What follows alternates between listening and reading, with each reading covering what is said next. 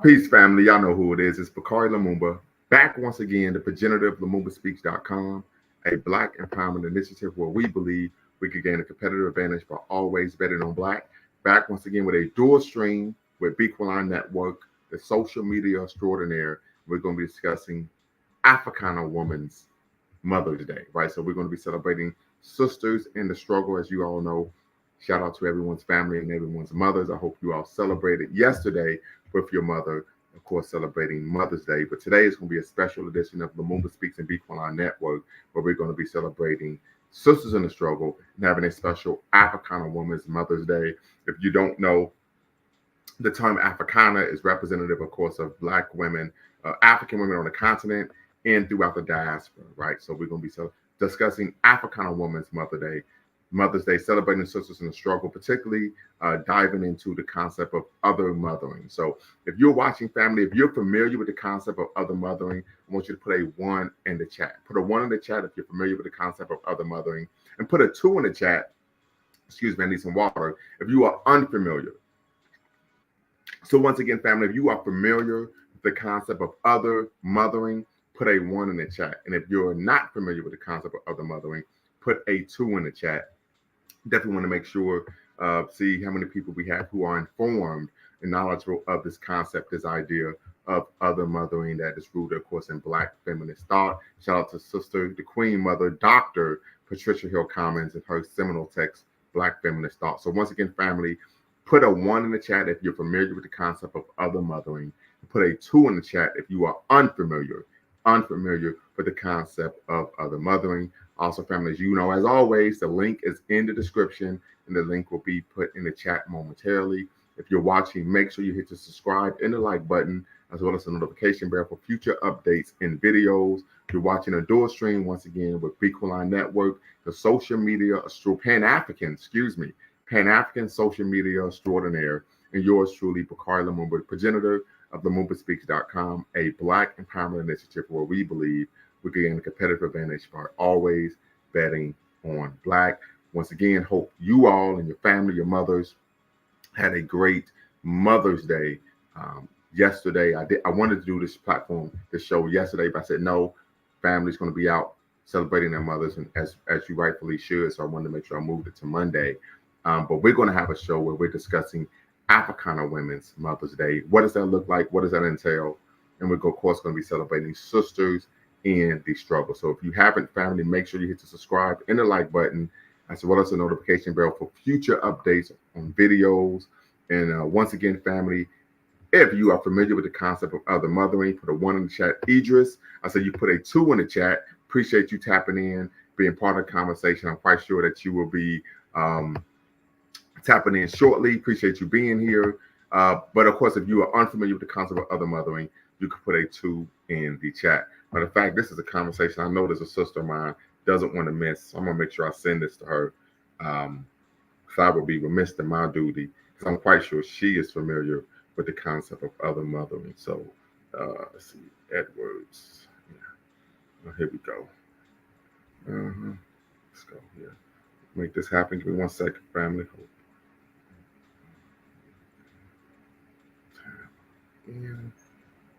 Okay. And so, yes. So once again, family, we'll get things started. As you know, here on the show, diversity of thought is welcome. So it doesn't, irrespective if you're on the left, you're on the right, or right down the middle, diversity of thought is welcome here at Lumumba Speaks and Bequaline Network. Number 2, no racial epithets, no epithets of any kind are allowed here on the platform. This is a space for Black empowerment, African empowerment. We believe in the 3 N's of Black power, which is self-respect, self-discipline, self-defense, and of course, self-determination. So we first and foremost want to make sure that we are respecting ourselves as African people. So no epithets of any kind will be allowed. Number 3, facts over feelings, family. If someone taps in and you disagree with what they have to say, that's quite all right. That's fine. We live in a pluralistic society, a pluralistic world, actually. And so people will have different concepts, ideas, views, worldviews, etc. That's fine. But we want to make sure that you're attacking the argument the person is making, not the person themselves. So that's what facts over feelings comes in. And then, of course, last but not least, no fundamentally false statements. I've given this example ad nauseum that you may be one who believes that LeBron James is a better basketball player than Michael Jordan. fine, you're entitled to your opinion. However, what you cannot do is misappropriate information, right? So if you would say Michael Jordan only won 2 championships, only won 3 Finals MVPs, those would be fundamentally false statements. And of course, I would say pause. We have to correct some things. So, other than that, family, here at Lumumba Speaks Bequaline Network, our mission is neither to exonerate or vilify, but to simply challenge conventional wisdom and re-examine what has previously been accepted as fact. So, once again, family, we're going to be discussing, celebrating Sisters in the Struggle, Africana Women's Mother's Day. And then we're going to even get into why I believe it's important that we have an Africana Women's Mother's Day, right? We know oftentimes in the dominant culture, unfortunately, non-Black women are pedestalized as the paragon of womanhood, femininity, so on and so forth. We know, unfortunately, during the Holocaust of enslavement, in the Holocaust of colonialism, Black African women were viewed as the antithesis of what it meant to be feminine, what it meant to be a mother. And so they weren't viewed as nurturers, mothers, so on and so forth. We even know that the stereotype of the pickaninny, right, which is the stereotype of a mischievous, unkept child. We even see the concept of the stereotype of the pickaninny in the TV show Martin, right, with what was it? Roscoe, right? So, and what does that depict? That depict that, of course, Black parents, African American parents, Black parents weren't good parents, particularly Black women. So we want to push back against those narratives and even highlight sisters in the struggle and, of course, mothers as well. So just going to name out a few that I think we should honor. And then, of course, you could put some in the chat, family, that if you want me to honor and if we can speak this into existence as well. Queen Mother Moore would be an example. Queen Annie and the Maroons, the only female national hero in Jamaica. Shout out to John Rock. Cecil Batman, of course, who was one of the leaders of the voodoo ceremony that led to the Haitian Revolution, right, in northern Haiti. Margaret Ekbo, Ida B. Wells, Amy Ashford Garvey, Amy Jacquez Garvey, Josina Mike Machel, Adelaide Casey Hayford, Ella Jo Baker, Winnie Mandela, Miriam Makeba, Gloria Richardson, Fannie Lou Hamer, Septima P. Clark. Please leave charges to my head and at my heart if I omitted someone that you believe belongs in the pantheon of Black Africana women, Pan-Africanist leaders. But that's what we're going to look to do. So when we talk about this concept of other mothering, I know Brother Idris put a 2 in the chat. Other mothering is a concept that comes out of Black feminist thought, right? But the practice of other mothering was used by enslaved Black women here in the death, decadence, and dysphoria of the slaveocracy in the Western world to assist other mothers with the care of their children and to maintain family structure. So we talk about that village concept, the concept of African cultural attention here in the Western world. That was an example. The practice continues to this day in spaces where women are present, such as in neighborhoods, faith communities, community organizations, education institutions, etc. And the concept of other mothering is rooted in the ethic of care. So this is a situation in which it was just commonplace culturally, psychologically, from a value standpoint, to care for other people's children, particularly because of the harsh conditions that we were living under during the Holocaust of enslavement. And so I wanted to, of course, highlight some of the sisters in the struggle, queen mothers who transitioned, great ancestors now, who I would argue in their Pan-Africanist activism and in their work embody the concept of other mother, right? So when we talk about this concept of what it means to celebrate Africana Women's Mother's Day, I would argue that part of that ties into doing the work that is rooted in the liberation of African people.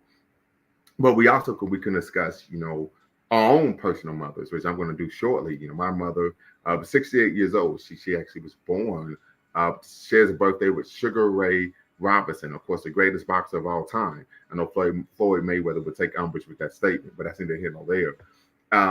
And one of the things that Martin Machine, appreciate you, brother. And so one of the things that we find is with my mother, many people know I'm finishing my PhD, and I always give thanks to my mother because she was the one who, as they say, the people say that I put the ball in your hand, I put the gloves in your hand, but she's the one who put the book in my hand. And my mother was truly the individual in the home, even though I had both parents in the home, who nurtured a practice and a love of learning, nurtured an intellectual curiosity in me in those so-called tender years, and that, of course, continued throughout my life. So definitely want to give a great shout out and admiration for my mother, which of course I did yesterday. But also in terms of having that pride in who we are as an African person. I remember, this might be a misnomer, but my mother would always say one of the reasons that we were good in track and field was because we ran a lot in Africa.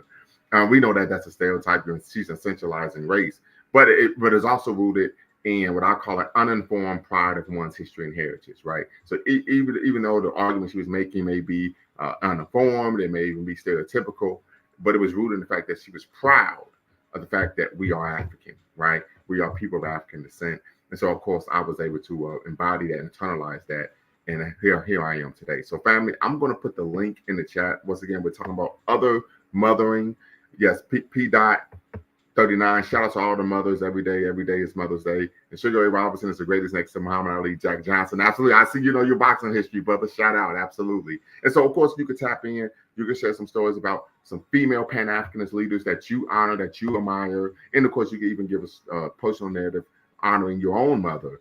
I just think that it's the right thing to do. This was something that was placed on my heart, something that I was moved to do. And so we're going to do it. So I'm going to put the link in the chat, family. The link is here. Tap in, be part of the conversation. And once again, you don't have to cam up. You do not have to use your actual name. You can use a pseudonym, but tap in, be part of the conversation, and just celebrate sisters in the struggle. Once again, we're talking about other mothering. There may be your own mother. There may be a mother figure in the community who engaged you, worked with you, rooted in an ethic of care, right? So if that's the case, family, tap in, being part of the conversation. Once again, if you're watching, this is a dual stream with Bequaline Network, the Pan-African social media extraordinaire, and of course, yours truly, Bakari Lumumba, the progenitor of LumumbaSpeaks.com, a Black empowerment initiative where we believe we gain a competitive advantage by always betting on Black. Make sure you hit the subscribe and the like button. Thumbs up, thumbs up, thumbs up. Smash the thumbs up bell, thumbs up button, and make sure you hit that notification bell for future videos. And we're discussing Africana Women's Mother's Day, celebrating sisters in the struggle. Ashe, Black power. So we're talking about the Mary McKeebers of the world, the Queen Nannies, Queen Mother Moores of the world, Queen Nanny and the Maroons, right? We're talking about the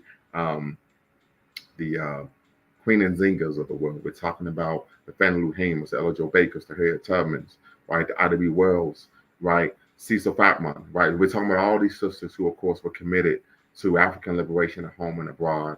And oftentimes they're not raised up. And I think one of the things I'm going to do is I'm going to look to actually create an Africana Women's Mother's Day celebration in the community, right? And we're going to take it offline, not just virtually, but also in person, where we're honoring sisters in the struggle that have given their lives committed to not only maintaining who we are, because we know one of the major battles that we fight is maintaining our identity and pride in who we are, particularly because we live in a society, particularly if you here in the Western world, that is vehemently and omnipresently anti-Black. So once again, family, tap in, be part of the conversation.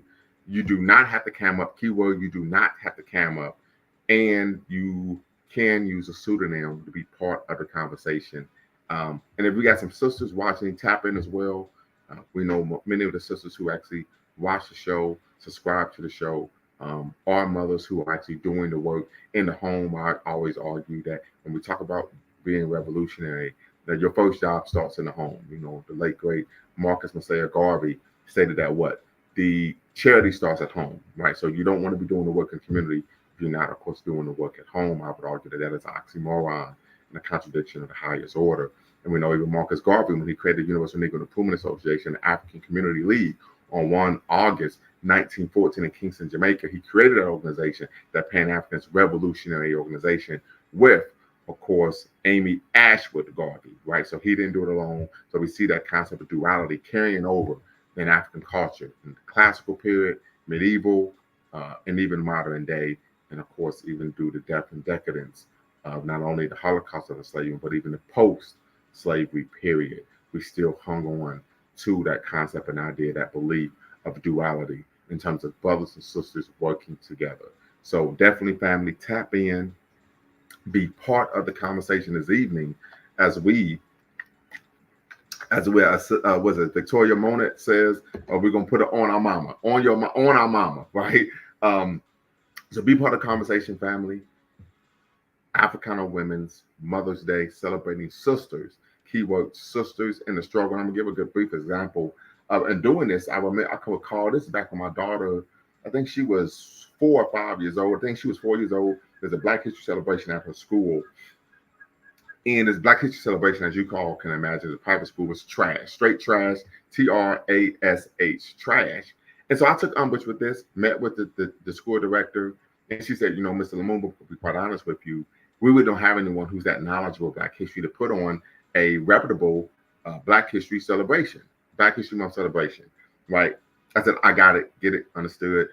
One of the elders in the community, I would even call a sage, Dr. Boy Katwe, said, hey, in my training, if you're going to highlight an issue, you better provide, of course, the solution. We all know when we talk about critical race theory, the concept of interest convergence, we find that we can highlight an issue, we can protest, we can, speak truth to power. But if we aren't the ones in the position of power to make those decisions to remedy the issue, it oftentimes will turn out to benefit those who actually created the problem, right? And so I said, you know what, I have the academic background to actually create a Black History Month celebration. I was able to do that, and one of the things we focused on was not only just African cultural attention, but Black women from antiquity to today. Right? We talked about particularly Black women during antiquity, classical period. We talked about Black women in the medieval period. We highlighted Black women, of course, in the civil rights and Black power movement. In part, of course, because my daughter was going to school, so we wanted to make sure that we centered Black women in that conversation. And it wasn't to the chagrin of Black men, right? But great. It was a great Black History Month celebration. So I think I might try to bring that to the community. But family, I'm talking a bit much. So family, tap in. Once again, the link is in the chat. The link is in the description. Tap in and be part of the conversation, family, as we want to celebrate sisters in the struggle, particularly. In doing so, we want to honor Africana Women's Mother's Day. Africana Women's Mother's Day, celebrating sisters in the struggle. The link is in the chat. The link is in the description. Tap in and be part of the conversation, family. Once again, you do not have to come up to be part of the conversation, and you do not have to use your actual name. You can use a pseudonym. So if you haven't, make sure you do so, right? So looking to have a great conversation, brothers and sisters, as we honor sisters in the struggle, Africana Women's Mother's Day, and of course, the concept of other mothering. So, Brother Idris, you put a 2 up that you were unaware, of course, of the concept of other mothering. But since I gave you a brief synopsis of other mothering, what are your thoughts on other mothering now? If you could share that with us, you could put that in the chat. But I hope you can actually tap in and be part of the conversation and share with me. What are your thoughts on other mothering now that I have, of course, shared that information with you all here on the live?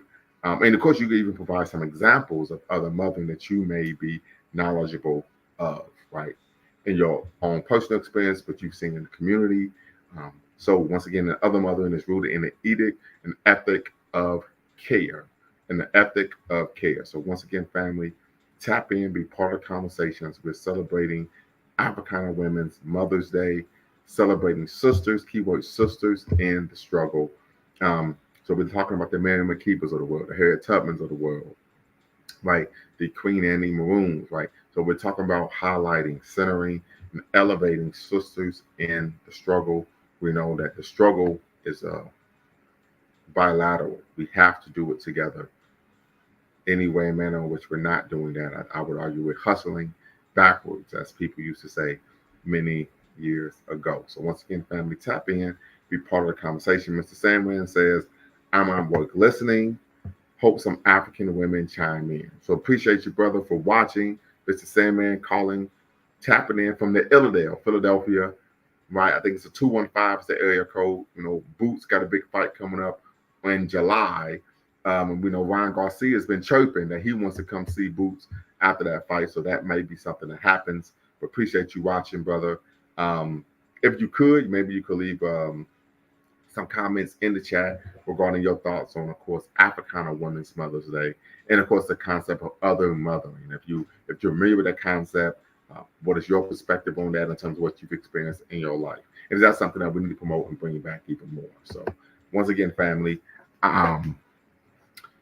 Tap in, be part of the conversation. Once again, if you're watching, make sure you hit the subscribe and the like button. Thumbs up, thumbs up, thumbs up. Let's make sure we break the algorithm here. And make sure you hit the notification bell for updates on future videos. Also, family, I know we had a vigorous conversation with Brother Jay on our last live regarding African people's practice of Abrahamic faiths. So we talked about it in the mental side. The brother said he was going to do some research, come back. So we're probably going to revisit that conversation in about 2 weeks, give the brother some time to do some reading on a particular subject matter of anti-blackness in the Islamic faith. And then we'll revisit that conversation with a part 2. So just want to make you all aware of that. But once again, family, so we got some people here. So make sure you tap in, be part of the conversation, give your perspective on Africana Women's Mother's Day, celebrating sisters in the struggle. But then, of course, we want to also discuss how have you experienced the concept of other mothering in your life, right? Other mothering. So many of you may just be tapping in. So I'm going to, of course, share this with you again. So the concept of other mothering, the practice of other mothering was used by enslaved African women, to assist other mothers with the care of their children and to maintain the family structure, right? The practice continues to this day in spaces where women are present, such as neighborhoods, faith communities, community organizations, and educational institutions.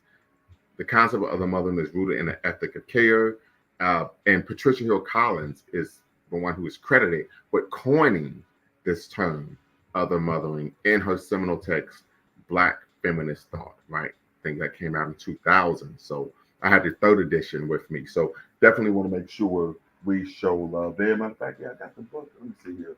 If I might be able to pull up where she discusses this a little bit. Let me see if it's in the index. I'm quite sure it should be. So it's motherhood, other mothers. Yeah, 232. Let me see here. Yeah, other mothers, other mothering. Mm-hmm. Yep. All right, so let me see what she says here, family. This concept of other mothering in Black feminist thought. Okay. Mm-hmm. Right. Yeah, just same thing, right? Talking about, stepping in a time of need, time of care, right? So once again, family, tap in, be part of the conversation. Just want to get you all's perspective on celebrating African women's Mother's Day, celebrating sisters, of course, in the struggle. We definitely want to, highlight the Ida B. Wells of the world, the Amy Ashwood Garveys, the Amy Jacquez Garveys, the Maya Makibas, the Winnie Mandelas, Septima P. Clarks, the Fannie Lou Hamers, the Gloria Richardsons of the world, right? So definitely make sure you tap in, family, be part of the conversation. This may not be as juicy or spicy a conversation that we typically have on a live, where we tend to be more provocative and we're seeking to elicit stronger responses from people. But this is a conversation I believe that we need to have, right? Oftentimes, unfortunately, we find ourselves drawn to discussing concepts and ideas that are negative in our community.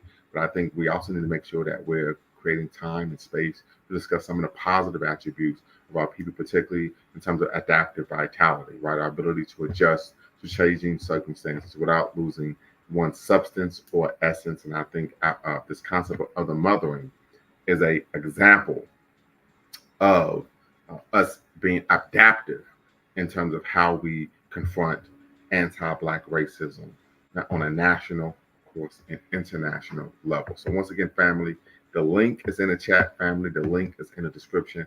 Tap in, keyword tap in, and be part of the conversation as we discuss Africana Women's Mother's Day, celebrating sisters, celebrating sisters, celebrating sisters in the struggle. So once again, family, the link is in the chat. The link is in the description. Want to get you all's thoughts. Is there anyone that I missed in terms of when I was naming some, not all as an exhaustive list, of some of the sisters historically who are Pan-Africanists who fought for African redemption at home and abroad?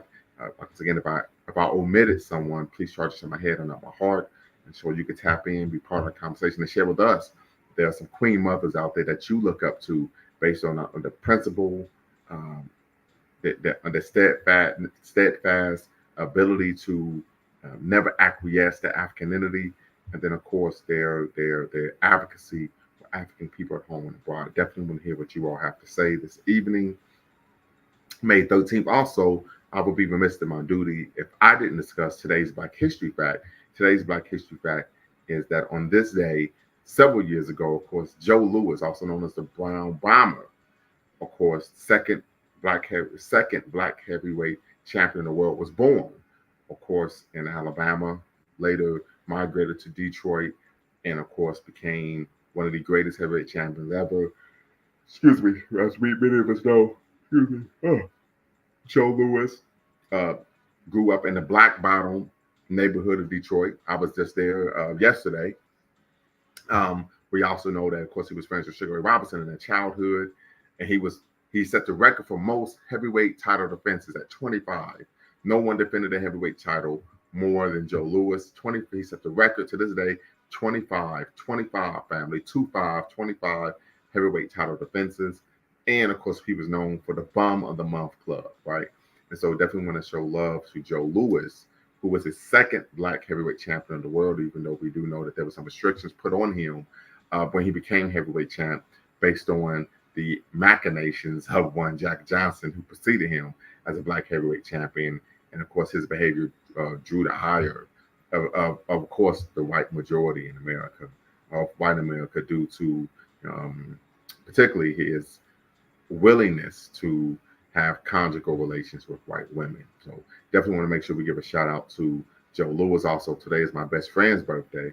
He turns 41. We met 36 years ago, Dayton, Ohio, first grade, Jefferson Primary, Building 2, right? Miss Ozo was the teacher. We met in first grade 36 years ago. Miss Ozo was the teacher, and so we've been homies ever since. So definitely want to give a shout out to my best friend, Christopher Brandon Hemingway. And also another good friend of mine, brother Anthony Talbot, by way of Cincinnati, Ohio, former tight end for NC State, Wolfpack, and he's doing some great work. And he's a marketing executive now, doing some great work and making some great money. So we definitely want to give a shout out to those brothers, but also want to make sure we recenter the conversation, family, where we're discussing Africana Women's Mother's Day, celebrating the sisters in the struggle. The link is in the chat, family. The link is in the description. Tap in to be part of the conversation. Be part of the conversation as we discuss, honoring sisters in the struggle. If it be your own mother, you can share concepts of practices of other mothering that you've seen in the community growing up, and of course, some Pan-African women leaders who I may have omitted. Once again, charges to my head and not my heart. That are worthy of honor and distinction in the pantheon of Pan-Africanist greats. So, family, if you can, right, make sure you tap in, be part of the conversation this evening as we discuss Africana Women's Mother's Day, celebrating sisters in the struggle. We know we did a show probably about a week or 2 weeks ago on Is Sexism Pan-Africanism's Achilles Heel? We had our resident historian, Brother Dwayne Omawale, in tap. Of course, he shared that, of course, was a misnomer. But I think this is another example of pushing back against that narrative that we all use a false narrative, pushing back against that narrative that Pan-Africanism is a sexist movement. But of course, taking the time to honor and highlight sisters in the struggle. So once again, family, if you're watching, don't be shy. The link is in the chat. The link is in the description. Tap in and be part of the conversation. Be part of the conversation. Be part of the conversation where we're discussing Africana Women's Mother's Day, celebrating sisters in the struggle, particularly the concept of other mothering. I'm going to put that concept in the chat, other mothering. I'm going to put that in the chat, other mothering. And so once again, want you all to share your thoughts and your views. Sister Michelle, what's the word? Hello, how are you? Thank you for allowing me to be on the panel. No problem. I'm doing quite all right. How are you? Happy Mother's Day. Happy belated Mother's Day. Oh, thank you. And to all my fellow sisters out there, extended wishes to you. Appreciate it. Planet Earth, Mother Earth, she's taking care of us and pushing us forward. Absolutely. We got to take care of her. You see you looking better and stronger every day. Well, I appreciate it. I'm doing physical therapy. I'm going to be there bright and early, 7 o'clock tomorrow morning. Right now, I'm able to do lower body, and I'm able to do a little upper body, little back, a little arms, but I'm not able to really hit it in the upper body the way I want to. So until I get fully cleared, and that'll probably be in July. So appreciate All you. right, all Yeah. right. So when you get back to your students? Uh, Probably this summer. Oh wow, okay, you're not wasting no time. Yeah. Yeah, but I appreciate this podcast. I guess honoring women and motherhood. Um, Africana women. We want to be very specific, right? okay, Because I the understand. reason I'm saying this is because I'm quite sure a lot of people watch television. I don't watch much television, really, if any. Only time I turn my TV on, I got like a 70-inch flat screen, is when there's a boxing match or a Ohio State basketball game, literally, right? Um, but I say that to say, typically, I would have, going back when I was younger, when you turn the television on, when we're talking about positive aspects of womanhood, typically black women aren't represented, And right? especially as you speak of television, which is hurting me, is the representation of more interracial relationships. Mm, Uh, what are they trying to say? I mean, I'm looking at it from a deep perspective. Are they saying black women aren't deserving of love? And then when you get on the internet, there's this, gender wars going, especially in the black community, right. because we're experiencing a lot of unresolved problems within ourselves. Hmm. Now with the internet, it's just putting it out there, Right. and then on top of it, you see interracial marriages. I wish I had because you don't see other groups in interracial relationships on TV. I was just maybe I'm seeing things. I'm reading too into it. No, no, I think you're on point there. I mean, yeah, a couple years ago, all of a sudden, you just started seeing all these interracial commercials. So I think you're on point there, sister. And then and to me, and I don't like how even when I go into some of these websites, I mean these YouTube sites, and how they're talk down on especially black women, even though they try not to say they're avoiding women, but they're really directing it towards black women. And Could you provide an example?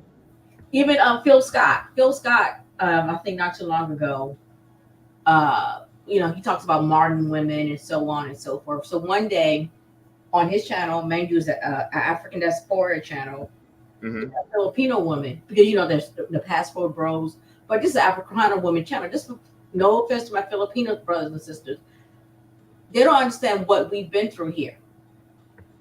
Why are you having a Filipina sister talking about how to treat a man and so on and so Wait, forth? so you hold on. Let me get this right. I'm just trying to make sure I'm understanding what you're saying here.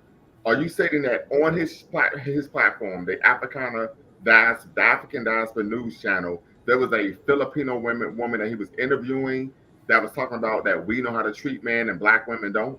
No, not in that respect, but just in general, talking about how she, when they go to the Philippines, how they interact with men and so on and so forth. Okay, so I would say this, and of course, this isn't representative of all the Filipino women, but I've had some homeboys have gone there, and they're like, "Yeah, the sisters be on this, and the women are all on." But I mean, a lot of the women that it's sex trafficking. Like, well, a lot of what we're seeing in the Philippines, and this is no disrespect, but I'm just going to keep it a buck, is sex tourism. That's Mm. really what's going on here. Sex tourism. You have an American passport. You're American by nationality. You got American money, so I'm willing to do whatever you want and to be a. I mean, this is just a reality. We just got to keep it a buck. Mhm. Yeah, so that is a concern. So I had an issue with that. And with Phil putting that particular person on again, because I've seen the various dynamics of people in our community, and once you peel the different layers off, you see why he or she is behaving that way. Again, I know you like they're making excuses and so forth, but just there's something that's needed and missing for us. Um, So yeah, I mean, that's why I'm letting you talk. I'm trying to make sure I don't. So the question I would have, and particularly because you do the work in this that type of work, what is missing, particularly in terms of the modern day black woman in America, that you believe inhibits or is a I think barrier? I think they need like healing sessions. Okay, I'm with that. I'm with that Healing 100%. I'm familiar with that. Yes. healing sessions. But again, because of the world, I was just talking to, I was working with a client the other day. She's a little stressed out because they're putting up her rent $200. You They're know, putting at what? they're raising her rent $200. $200. Raising her rent. Okay, okay. They're raising her rent $200. Gotcha. So she's at a tipping point, trying to manage other things. When I first talked to her, you could feel the intensity in the voice. But as I talked to her and got to know her, and she started becoming a little more comfortable, she just shared that piece. Now she probably interacted with you or someone else. You were like, hey, she got something, what's up with her? But once you realize, hey, something else is bigger is going on, and maybe she doesn't know how to channel that energy she's having right now, because again, the information just came all of a sudden, and now I got to figure out how I'm going to come up with extra money every month. Right. Let me ask you this. Do you think maybe a solution to that would be to go back to having multi-generational homes? Yes, but I think we lost that with gentrification. Explain. Again, I work with many families. I live in the DC area. Many of these families were first generation homeowners, or at least first generation or second generation homeowners. Family couldn't come to terms and keep the house together. Maybe we could have knocked down the house, rebuild, and had different units, but no one was creative in terms of seeing how we can keep the family together. Everybody was like, as soon as you get, as soon as you reach your age, it's time for you to find your way. Everybody, I want to be on my own. I'm grown. All those various, mantras we have, and come to find out, it's very detrimental when we could have stayed together, or at least figured out a way we could stay together, respect each other's privacy, and grow, because we need a support network. Right. Well, it sounds to me like that's not an issue of gentrification. That's an issue of us lacking But we became over gentrification became a problem because we lacked the Kumba creativity. because we've always been a creative people, but once we got into integration, we lost all that. Because even now, I mean, not to take us too far, even now, music, Afro beats may even take over hip hop. Okay. I mean, Is that a problem? it's not a problem in terms of nothing bad, but just that our ingenuity here in America was so prominent that it was respected global-wide. And now, because we no longer have it, now it's shifting to another diasporan group. Because Okay. like hip hop was born out of the fact that we didn't have resources. So what did we do? We went outside and played, uh, shoot the dozens, all these things that we were doing. Come to find out, we were developing creative skills. Right. But now due to drugs, violence, everybody's kept inside the house, and so it's another level of stress, and then also with mothering in terms of care. Did you see the video of the teacher who was fired for letting the students braid his hair? I saw the picture. I didn't see the video though, but I saw the picture. Okay. And these are the type of things we need, even as young girls. I'm talking about the young girls in terms of caring for each other, grooming for each other. Why can that be implemented in the school setting? Because even when I was working with the kids, we used to get mannequins so the girls can practice how to do hair. We used to get hand mannequins so they can do nails. But because of sanitation and just overall policy, we never used to allow them to touch us or each other. So we brought Mhm. in mannequins so they can at least do something in that grooming, because and not everything is necessarily reading and writing. One guy even brought like clippers to show the guys how to start cutting hair and shaving. Not on the students themselves, but like demonstrating on a mannequin or like a dummy or something. But these are skills that we need to teach each other as a mother.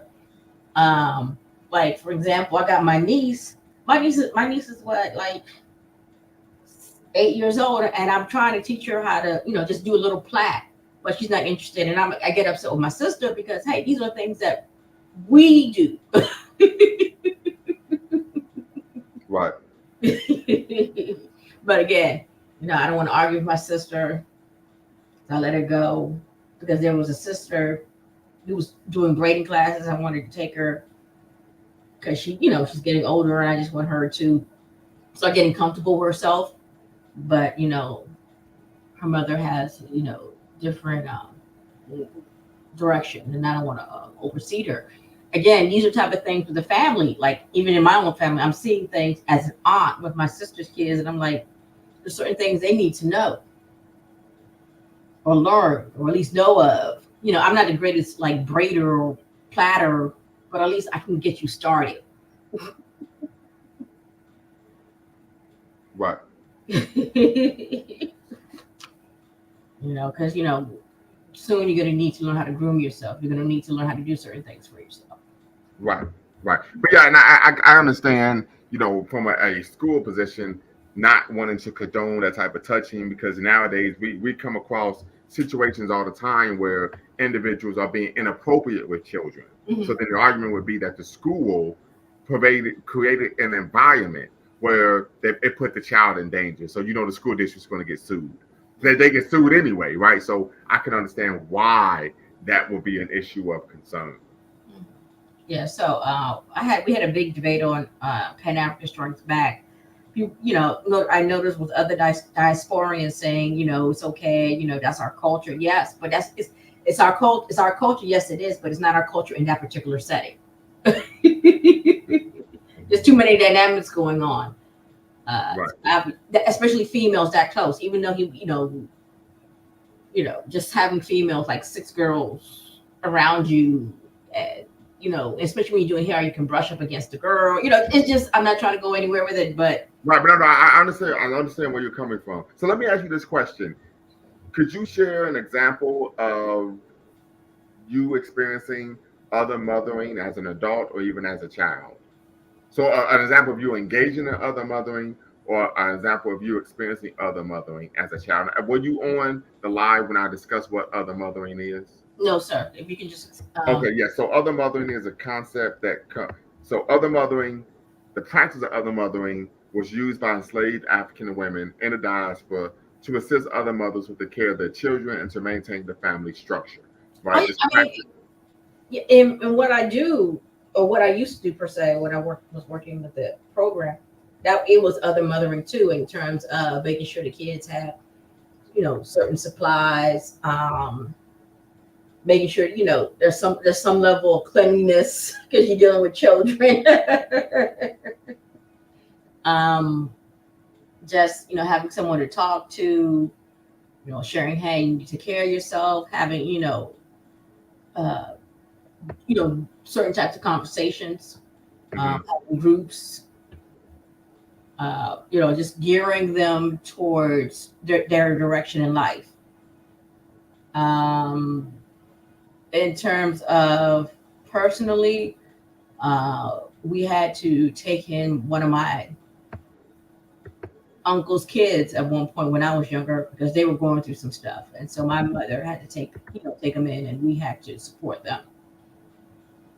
So, but that fell through because that mother, again, she was going through her addiction, cursed out my mother. It now became a little messy. Right, and a brother, a Sandman, says other mothering is a bigger issue.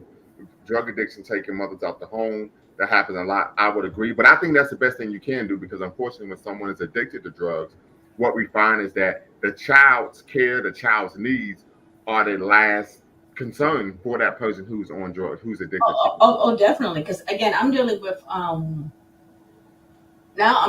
adult parents who were abandoned by their parents due to addiction. Now they're parents now, and it's a challenge. Mm-hmm. It's a challenge. And again, we need to talk about drug addiction, especially when the woman's addicted. Okay. And how it especially affect the family, because I was working with a young man whose mother, I will say, the mother started having children from 16 to almost 50. Wow. All the kids were in foster care. Fathers unknown. It's alleged, mother was also engaged in sex sexual acts, and kids see these things, they come and talk about it. Very embarrassing for the young man. Right. Affected him. Uh, where I could see him having relational issues with women. Right. We saw that. And that's why I think sometimes, I wish men, especially in these online spaces, would show women a little grace, even if they have kids. I understand you may not want to date single women or whatever, but at least show them some grace. At the end of the day, that's somebody's mother. Hey, keep it respectful. Hey, this is not what I'm into. You don't have to be disrespectful about it. So that's what issue I have. And some men are starting to get very disrespectful towards women. In what capacity? I was actually even talking to a lady the other day, one of my former parents, and she was going on an online site, and one guy, because she's a single mother, was going in on her. And I'm like, if you didn't want to date, you just say you don't want to date. This is not something he's looking at or into. Why do you have to, lecture you about your life? Well, so and of course I don't know all the details. I don't know neither, but this is what she's talking. But I would imagine, oftentimes, well, as we know, most men don't want to date single mothers, and that's fine. Hold on. But what tends to happen is, when men refuse to date a woman who's a single mother, oftentimes, and I'm a echo Kevin Samuels, shame, insults, guilt is what you get in return, right? So that, but once again, we don't know the details of that conversation, but let's see what Brother Sandman has to say. It's amazing how rap music was glamorizing selling crack in the black community for years. Those drug addicts were black mothers a lot of times. That is correct. That is correct. Go ahead, sister. And then that's another issue. I don't want to take us too off subject, but like somebody like Dr. Dre and all those people that made money off the black experience and living out of the black experience, they need to pay some taxes to us. I think we need to have another show just on that. Pay taxes? Yes. Okay, so what would that look like? How would we be able to tax investing in programs for children.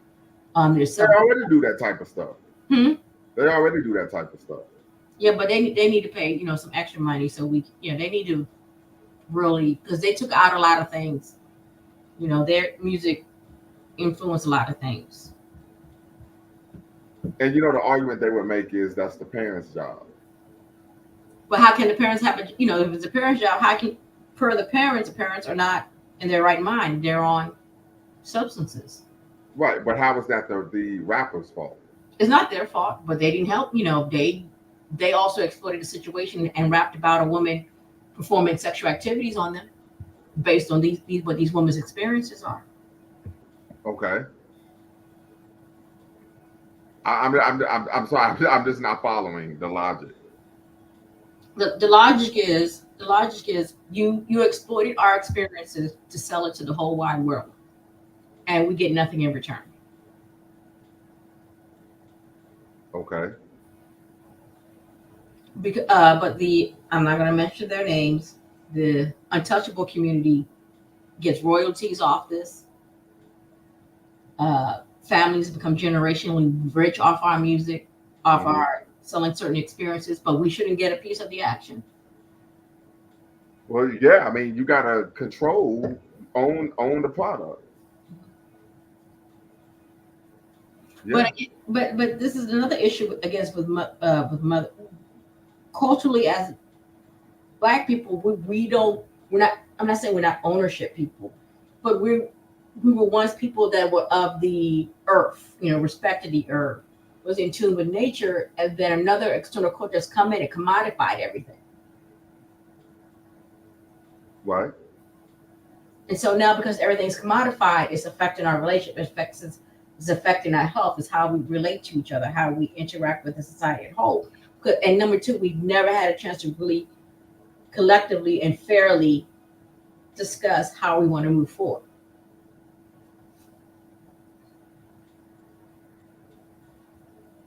Because everything's been given, like with the civil rights group, they coming in, this is what we need to do. This group, the National Action Plan.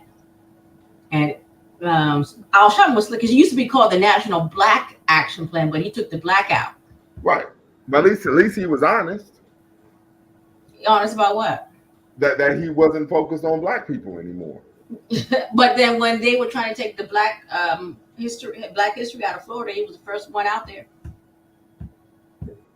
Well, I mean, we know he's an opportunist, so I just got to be honest there. But yeah, so we're gonna recenter. I'm sorry. So as a child growing up, would you argue that you experienced other mothering in the community?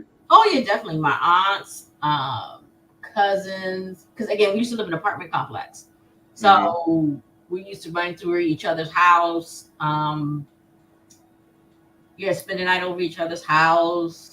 It was like fun. Right.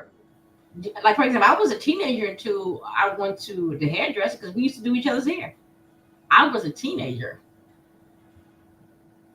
Now you got little girls 3-4 years old going to the hair salon. I'm like, okay. Right. Okay. And any female Pan-African leaders that you would want to shout out or express your admiration for? Dr. Frances Cress Welsing. Okay. I know she's from the DMV. Yes, she is. Okay. So why Dr. Frances Cress Welsing? Dr. Frances Cress Welsing, I've actually met some of the patients who she's provided services to. I've met about 2 young men she's provided services to in the past, and they all spoke highly of her, and they provided good direction for them as they become young men, even though they're still dealing with the system at large. I'll say that. Mm-hmm. But I respect her because she took a chance to, with her career and her livelihood to tell the truth. Because before I read Dr. Cress Welsing, again, I was the type of person, just because you're black, you should understand me. We're all people, all that type of stuff. Mm-hmm. But once I read Frances Cress Welsing book, or we had a discussion about it in school, in my college class, then I realized, It's like she gave me that, aha moment. I was like, racism is deeper than just black and white. Right. Okay. It's about genetic survival. Right. Period. And again, we as a people need to have that discussion because we're not surviving anymore. Understood. Anyone else? Let me see. I admire Harriet Tubman. Okay. I admire her bravery. I admire the fact that, she could have went to Canada and said, I'm free, I'm good. No, she went back and got her people as much as she can. Right. You said she could have said, I'm guilty. And she stood her ground. Understood. Let me see. Is anyone from the modern era? Let me see. Dr. Frances Cress Welsing, she was from the modern era. Yes, but anyway, I was trying to think of anybody younger than her that I relate to, because nobody really stands out anymore. Everybody's trying to collect a check. Okay. So what do you mean by that when you say nobody really stands out? Nobody is like really single-handedly out here advocating for black issues. Okay. But you know who I like? I like Angela Staton King. Okay. And in terms of, she's been through a lot of stuff. She admitted to her mistakes. Some of her political alignment I may not necessarily agree with, but I agree. I am glad that she is standing up, with Aunt Angie's house, providing women a place to stay in the event of their pregnancy, because again, housing is a very, very, very delicate matter. And when you become pregnant, a lot of guys aren't ready to take on that responsibility. So women may feel they need to make other decisions. Hold on. You said a lot of guys aren't willing some guys, let me correct myself. Excuse me. Some guys feel, they're not ready for that. So the women may feel she needs to make another decision. I've worked with women. I had one woman I worked with years ago, and it broke my heart. She was staying with the guy. She just came out of jail. She couldn't go back to her mother's place. She was staying with a boyfriend. Unfortunately, things, living with a man, things happen. She got pregnant with twins. Um, Due to the type of environment she was in, she had to terminate. She chose to, terminate because of the situation she was in. Um, if she had other options, I think she would have went through, but she did not have other options. But the Oh, question I would ask is, why are you having children, having a child, or even allowing yourself to become impregnated by somebody who is of the ilk that they are? there was mental health issues with her. Again, issues with the birth control. Again, she's living with a guy she doesn't really want to be with, can go home. So technically, she's homeless. Living in a shelter is not ideal. Right. Underlying mental health illness. Um, just caught up in a cycle.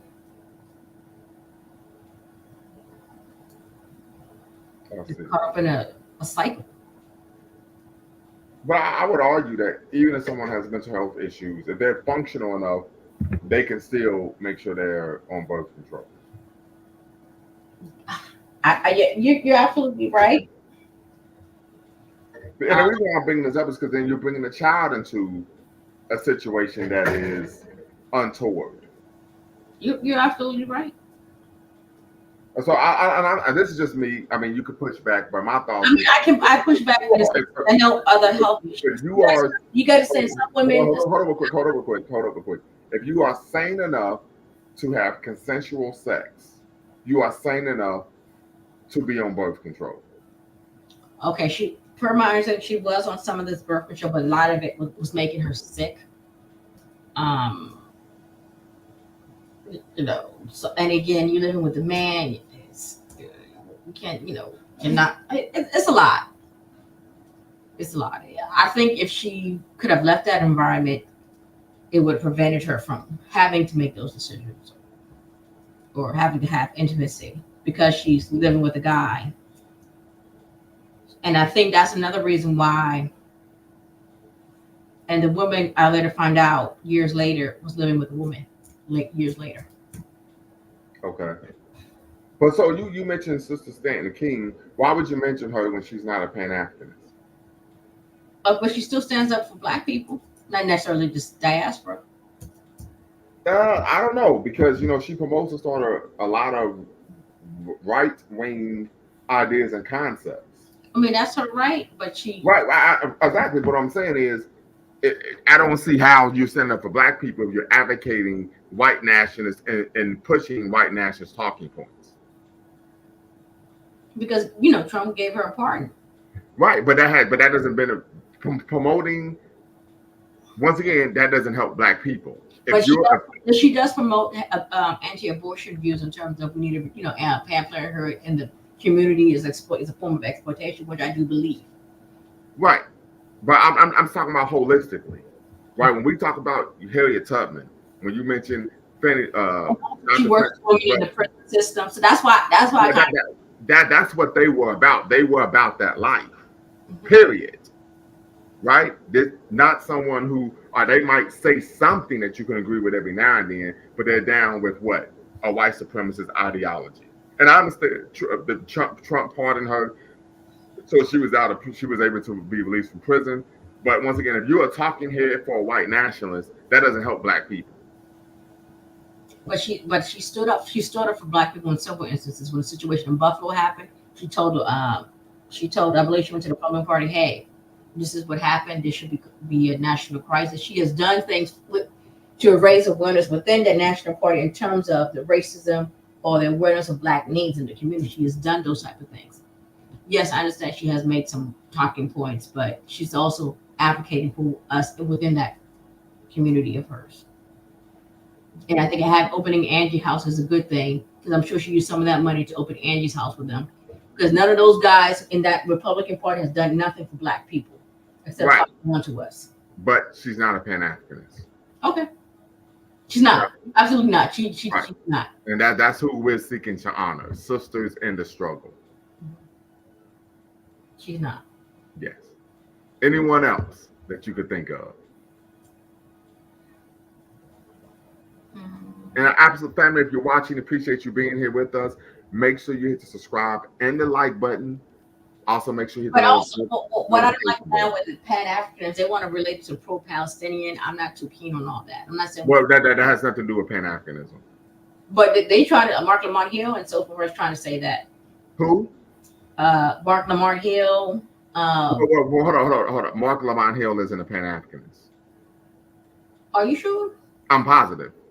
I'm as positive as Magic Johnson in November of 1991. Whoa. Dark humor. He's not a Pan Africanist in any way, shape, or form. Never has been. He probably never will be. I assume he presents like he's diaspora. I Although assume. he presents as someone who's liberal and is an activist, but he's never come off as someone who's a Pan Africanist. Mhm. Because now, they said something about Pan Africanism and pro Palestinians and how they help with South Africa. And, I'm not familiar with but that's what helping with South Africa.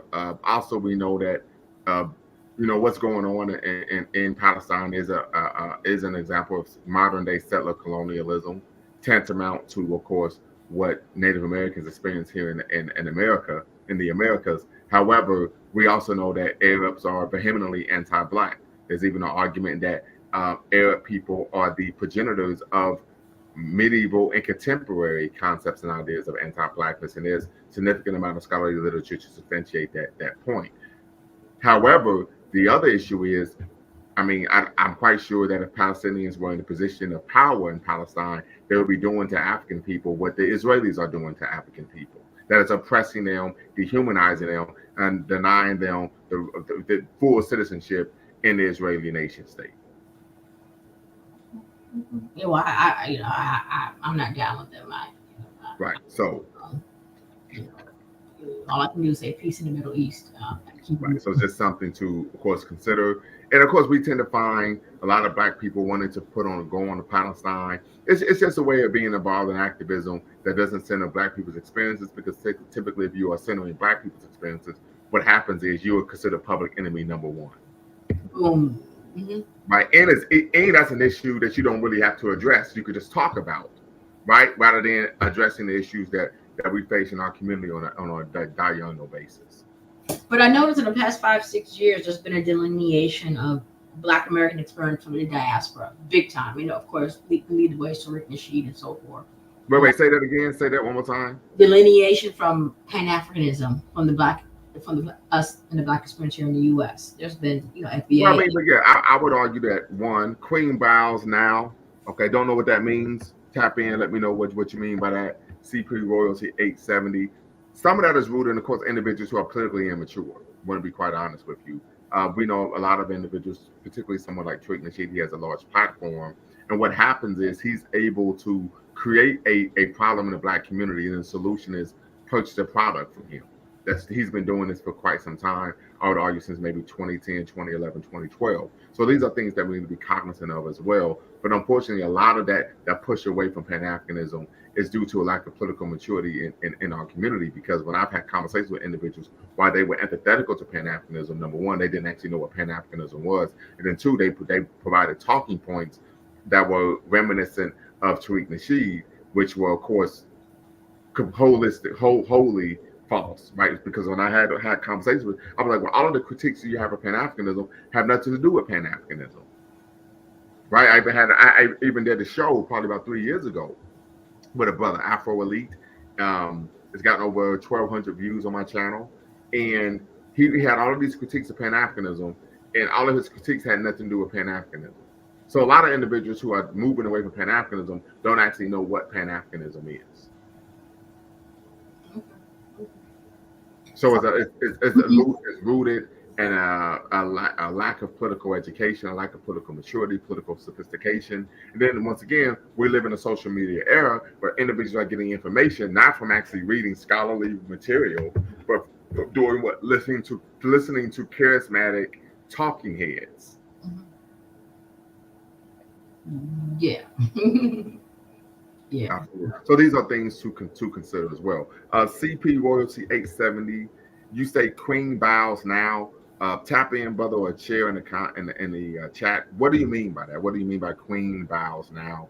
Just want to make sure we're understanding the tracking. And then another issue with mothering, which I think is under attack, is same gender relationships in the Black community. It's it's it's becoming to me alarming because I think a lot of women are needing.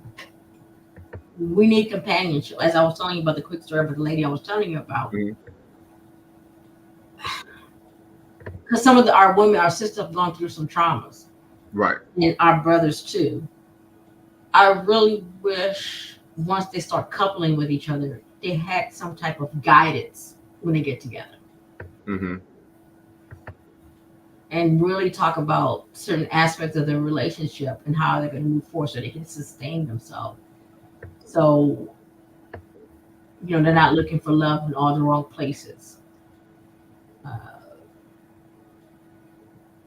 because we need relationship support in our communities because of all the traumas from both ends.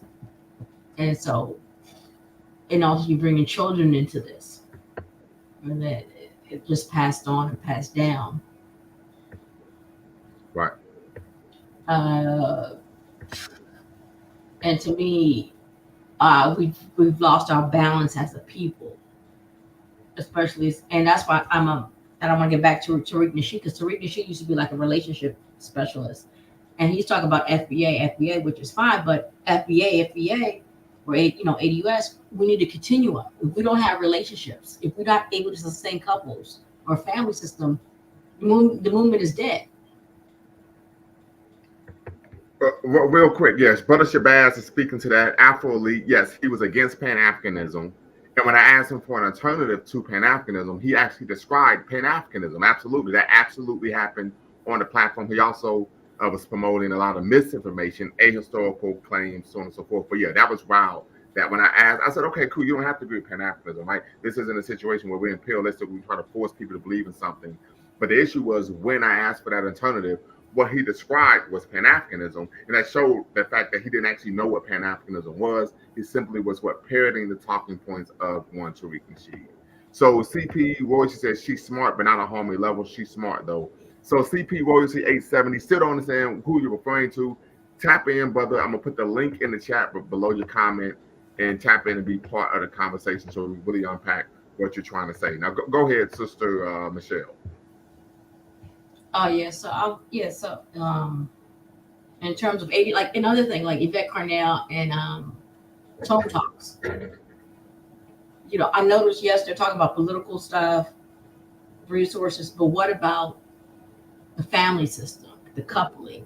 All those are factors into resources and economics. They are not talking about that. Okay. And those, and I question that. Got you.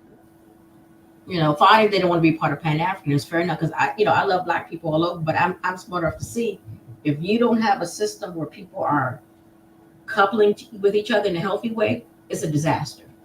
This is very true. Very true. And it's strange that you said Tariq Nasheed was a relationship guru because he's written books on pimping. So he's even claimed that he was the only pimp to actually write a book on the pimp game. So, and I mean, like I said, I would argue he's a grifter. He's been a relationship guru. He's been a pimp. He even released a hip hop album, which was trash. So like he's done a lot of things to try to create an income. Yes, he has. Yes, he has. Yeah. And so I think this is just his latest hustle. Yeah, well, he's doing real well. Got a building, and what hurts me about the building he hasn't done any type of activities for the kids. Not even a back to school program. At least get the kids in the building just to get some backpacks and a sandwich. Nothing. Okay. Well, okay, so Brother Shabazz says that's false. He wrote a book on the art of macking, not pimping. But the reason why I made that claim is because when he was on the Conan, and Brother Shabazz, please tap in, be part of the conversation. I know you out in 619, all the way out in, of course, San Diego. Hope you can tap in. But the reason why I made that claim is because when he was on the Conan O'Brien show, he said this himself. He said that he was the only pimp to actually write a book on pimping. So that may be false, but I'm quoting him directly. So, yeah. Well, go ahead, Sister Michelle. Um, then also, in terms of again mothering, part of also mothering is also little girls seeing women in respectable roles, seeing women getting married, seeing women, care for a man, seeing caring for the family system, seeing those examples. And I don't see young girls seeing those examples anymore. Mother, as soon as mother wakes up, she's getting you dressed, she's going to school, come back. Where's the time for the nurturing Right. of a young lady or a young woman? And to me, that is a concern. In like Mother's Day, it's very commercial now. Let's go for people go to their brunch, their dinner, get their flowers, their balloons, can take their pictures. You know, So this is a question from Brother Shabazz. He says, "Are you suggesting that lesbian relationships are no, no, no. legal?" I know I did not. What I was suggesting that is on the rise and is very concerning to me. So what is the solution to that issue? Solution, woo, it's gonna be I called. mean, if you brought it up and you said it's a problem, what's the solution? The problem with the solution is, again, we as a community could have some conversations with our young men and our young women about also we need to have infrastructure like maybe school, dances, activities where Well, they already have that in schools. not like, Yeah, they do. They still have school dances and all of that. but they need something where Hold on real quick. Stan's Life O2 Tariq has no shortage of haters and people who make such false claims while not doing anything themselves. Tap in, be part of the conversation. Stan's Life 02. Tap in, be part of the conversation. The link is in the chat. The link is in the description. Yeah, so but they already do those type of things. And I would argue that, and this is just from conversations I've had with young women, some of what we tend to find in terms of the rise in homosexual relationships in Black communities, some of that is rooted in trauma, and it sometimes it's not even from a heterosexual romantic relationship, but just other issues. So I think there's a lot there. There's a lot there, but they still do the school dances and all that stuff.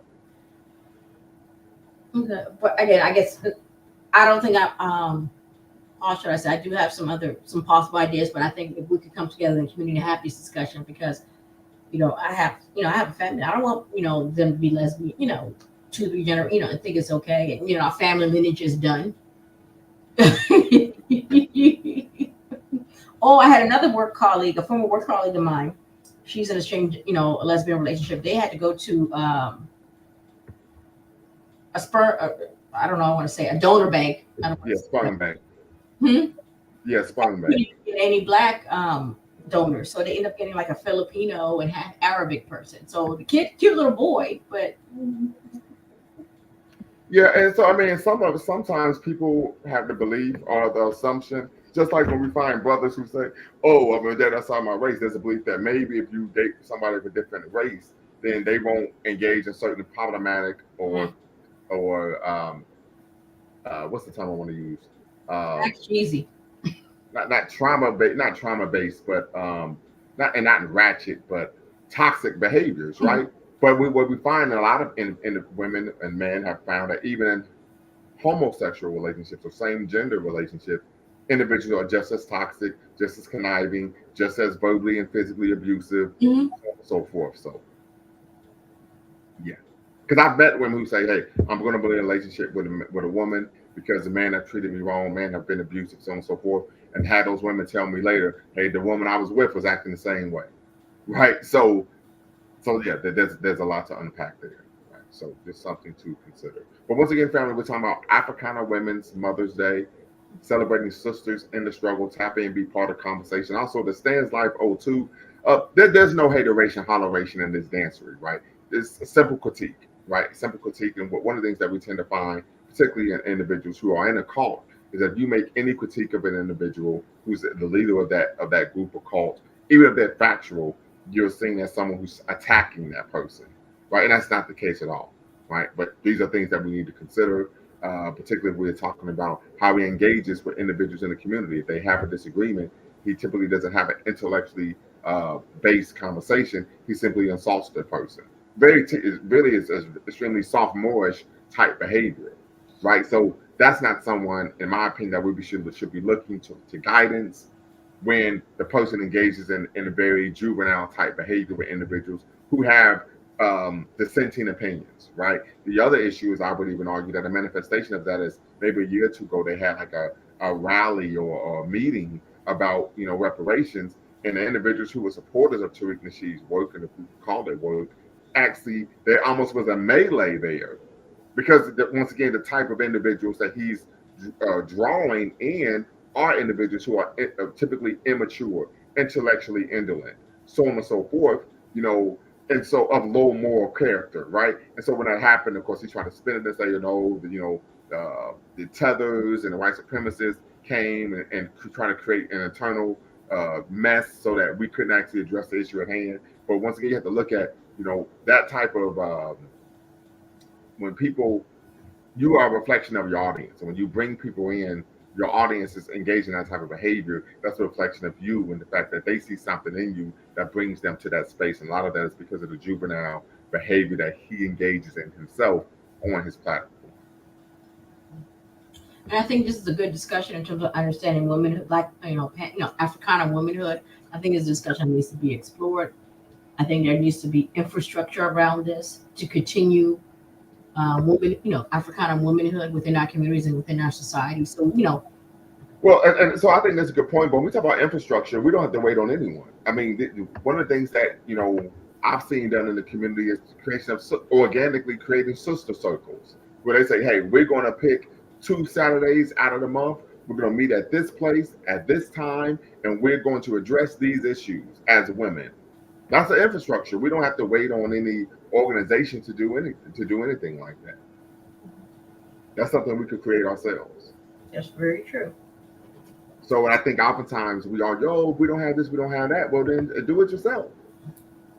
Right? For example, coming from Dayton, Ohio, shout out to the Gym City, the 937, home of Paul Laurence Dunbar, the world's first world-renowned African-American poet and novelist, and of course the Wright brothers who were first in flight. What we found was we created the West Dayton Youth Task Force. We created the Juma Mosi Shule, an African Center Saturday school. We didn't say, well, that we got to create, and there's no infrastructure. We created the infrastructure ourselves. It's called self-determination, Kuji Shakalia. You get some people who are like-minded, who are serious, who don't simply want to bloviate, right, but actually do the work, and we cook them with fish grease. Literally. As we talk about grassroots. Good point. Good point. Yeah. And I'm speaking of this because this is what I've actually done, right? When we created the CAU, the Coalition of African Unity, same thing. It was grassroots. We created the organization ourselves, but we made sure everyone was employed. We put a particular amount of money in every week. There was financial transparency, and we was able to go out in the community and engage in activities and initiatives that were beneficial not only to the community as a whole, but particularly young people. And then we even had a youth of division known as the Pioneer Movement, inspired by Thomas and Carr's Pioneer Movement, to give Black children here in the Western decadence of the Western world the ideological scaffolding needed and necessary so they will be proud of who they are, not identified with the negative views, negative ideas and concepts of what Blackness is and what the modern media. Like I said, and you better believe my son and daughter were lieutenant and second in command in that mofo. Right, so like I said, just do it.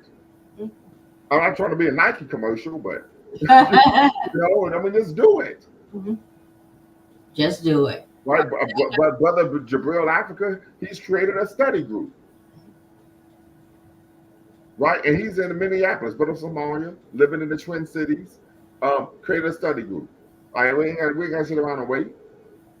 That's true. That's true. Yeah, when you see the issue, give it some like-minded brothers and sisters, and if they're serious, they're going to be willing to put the work in. Well, then that's what we need: serious brothers and sisters. Yeah, absolutely. But I appreciate the show. I gotta have to step out. It's almost 10 o'clock. I gotta get ready. I'm glad to see you. Glad to have me on.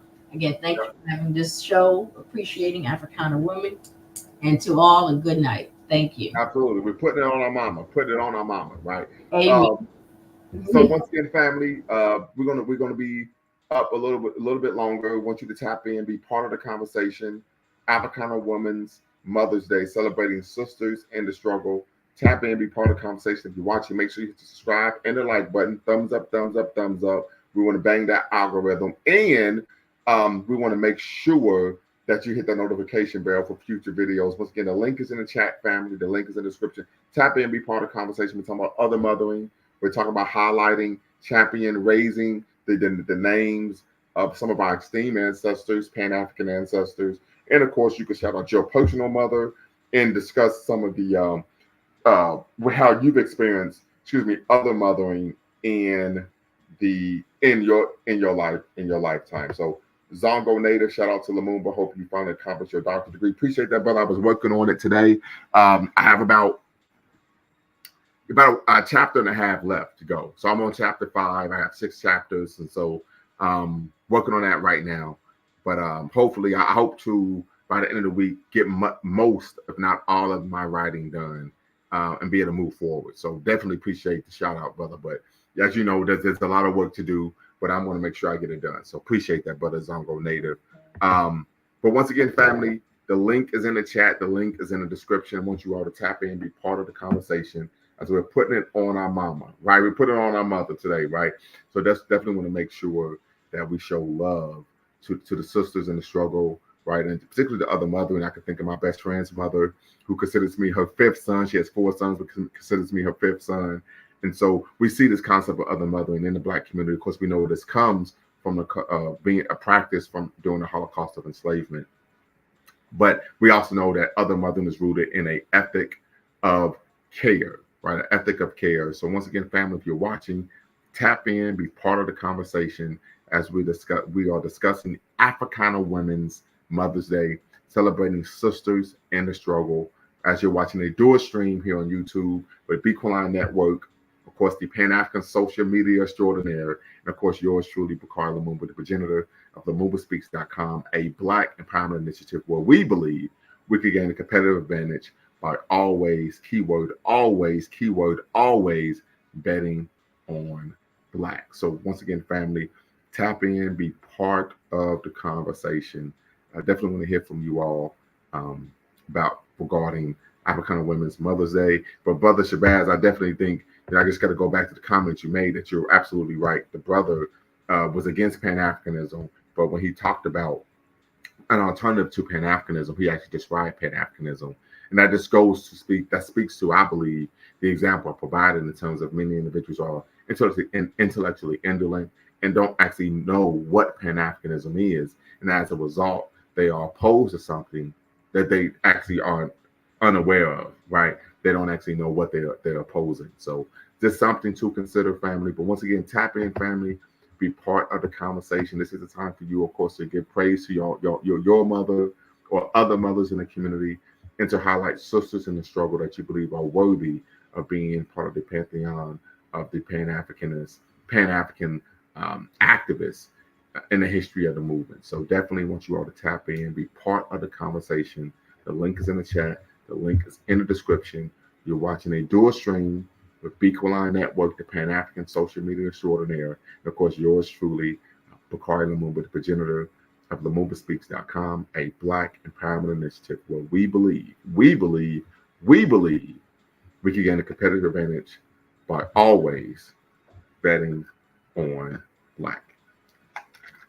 So, Brother Shabazz, definitely hope you can tap in. Stan's Life 02.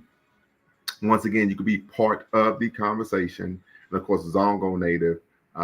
Appreciate the encouragement, brother. Hope you can be part of the conversation as well. All right, so we're just going to try to stay on a little bit longer, make sure we get some people to tap in. But yeah, I think it's important. As I even shared with my mother, I credit her, and even my dad says, it's your mom was the one who really truly put me on the path to, of course, intellectual curiosity that's led me to be at the precipice of completing my doctorate degree. I can recall at a very early age sitting with my mother, her reading to me, encouraging me to read, and just engaging in intellectually stimulating conversations and, of course, academic rigor at a very early age. I can recall there was a time, I believe my son was 5 years old, And I was at my parents' house, and I was working with my son at the dining room table. We were working on some math problems, and my mother was just sitting and watching and smiling. And I said, "Well, what's going on?" And she said, I recall doing that with you 30 years ago, like 25, 30 years ago. And it just brought a smile to her face to see me engaging in the same type of behaviors, practices with my son and academic encouragement with my son that, of course, she did with me many years ago. So I definitely want to give a shout out to my mother, which I did yesterday, and give thanks for that. So definitely want to make sure that we're honoring sisters in the struggle here today, family. If you want to be part of the conversation, you can tap in. The link is in the chat. The link is also in the description. Definitely want to hear from you all regarding your thoughts on the Africana Women's Mother's Day, and of course, celebrating sisters, celebrating sisters in the struggle, right? So you're watching a dual stream once again, Bequaline Network, the Pan African Social Media Extraordinaire, and LumumbaSpeaks.com, a Black empowerment initiative where we believe we can gain a competitive advantage by always betting on Black. So yeah, we're gonna hang out a little bit longer, family. If no one taps in, we will call it a night. Definitely want to show my appreciation to everyone who actually decided to be part of the conversation this evening. Once again, other mothering, as many of you may be unaware, as a term that was, I believe, coined by Dr. Patricia Hill Collins in her seminal text, Black Feminist Thought. But we know this practice of other mothering was used by enslaved African women in the death, decadence, and dysphoria of the African diaspora in the Western world to assist mothers with the care of their children and to maintain the family structure. The practice continues to this day in spaces where African women, Black women are present, such as neighborhoods, faith communities, community organizations, and educational institutions rooted in an ethic of care. So definitely want to make sure that we're showing love for the concept of other mothering, right? But also we want to make sure we highlight some of the Pan African sisters and struggle luminaries in of course the halls of Pan Africanism: Queen Mother Moore, Queen Annie and the Maroons, Cecil Fatman, Margaret Ekbo, Ida B. Wells, Amy Ashwood Garvey, Amy Jacquez Garvey, Josina Machel, Adelaide Casey Hayford, Ella Jo Baker, Fannie Lou Hamer, Gloria Richardson, Mary McKeever, Winnie Mandela, September P. Clark. And as I said before, family, if I missed anyone, which I'm sure I did, charge it to my head and not my heart. Black Robin 06 says, "My hope is that Africana women embrace ways of rest. The work is exhausting, but worth it. We need to prioritize healing our bodies." All right, sister, I know who you are. Tap in, be part of the conversation. I think this is a great conversation as well. And in terms of discussing how do we prioritize rest. So if you could tap in maybe for a brief 10, 15 minutes, because I want to call it a night as well. But if you could tap in maybe about 10, 15 minutes and share with us in terms of how can we encourage our sisters, when we talk about sisters today, to embrace ways of rest, that would be greatly appreciated. I'm going to put the link in the chat, and I hope that you're able to tap in. And this is something that we can lean into for probably about the next 10 to 15 minutes, and then we will call it an evening, family. So waiting on Black Robin 06 to tap in, family. But once again, you can share your experiences with other mothering. I did so. And of course, we can also highlight sisters in the struggle. So I can even think of Mama Nazibo Glenn, right from South Africa. I grew up on the same street as her and on the west side of Dayton, Ohio. From South Africa, she was an anti-apartheid activist who was expelled from her country for being an anti-apartheid activist, settled, of course, in Dayton, Ohio. And I had the luxury, the privilege of growing up under her watch, right? Her watch. And of course, particularly thankful for her. Barbara O, who was an actress who transitioned about a week and a half ago. She was what she would call me her cosmic son. And so that was another example of other mothering that I experienced as a young man, coming up in the community, finding my way, being an African-centered individual, Pan-Africanist oriented. And so definitely want to give a shout out to Mama O. I call her Mama O, but Barbara O. She actually starred in the movie Daughters of the Dusk and actually played a great role in helping us develop the inaugural and only Pan-African Film Festival in Ohio, African World Film Festival that took place in I think it was May or April of 2008 in downtown Dayton, Ohio. That was actually 16 years ago, family, 16 years ago. And so she played a vital role in helping us, you know, um, make that film festival a success. So definitely want to give a shout out to Mama O. And once again, if I'm forgetting anyone, please charge us on my head and not my heart. But once again, so Doc, okay, here we go. Okay, very good. Okay, all right. So I just put a pseudonym up because I don't want you putting it. I want you to maintain your identity. So Well, I appreciate that. yeah, no problem. Yeah, I'm not gonna get you in trouble. We don't do that over here. Listen, all I know is you're somebody from Afghanistan. Okay, so so real quick, my sister says learning to say no is okay to be selfish at times when we need to learn. We need to learn how to rest. Absolutely, I agree. I agree 100%. So good friend of mine, DE in the house. Go ahead, D. you D. Yeah. You stated, my hope is that Africana women embrace ways of rest. What do you mean by that? Well, growing up, when I grew up, I watched the women in my family were very hardworking, Hmm. but they also took naps.